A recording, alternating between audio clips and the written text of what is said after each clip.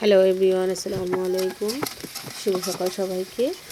আজকে ঘুম থেকে উঠে আমি ছাদে চলে আসলাম, এসে রান্না বসিয়ে দিলাম। আজকে বেশি কিছু রান্না করবো না, লাল শাক রান্না করবো, ভাত রান্না করবো, আলু ভর্তা বানাবো। তাই আমি শাকটা বসিয়ে দিলাম।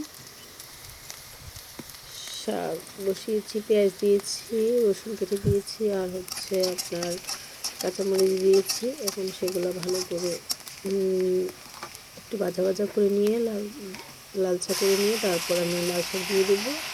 লাল শাক দিয়ে দিলাম। লাল শাকের ওপরে একটু লবণ ছিটিয়ে দেবো, যেটা না দিলে খাবারের স্বাদ বেড়ে যায়, সেটা দিলাম। দিয়ে এখন উল্টিয়ে পাল্টিয়ে একদম সব কিছু একসাথে মিক্স করে তারপর আমি ঢাকনা দিয়ে ঢেকে দেবো। এই যে দেখুন, প্রায় হয়ে গেছে আমার শাক, আর 5 থেকে 10 মিনিটের ব্যাপার।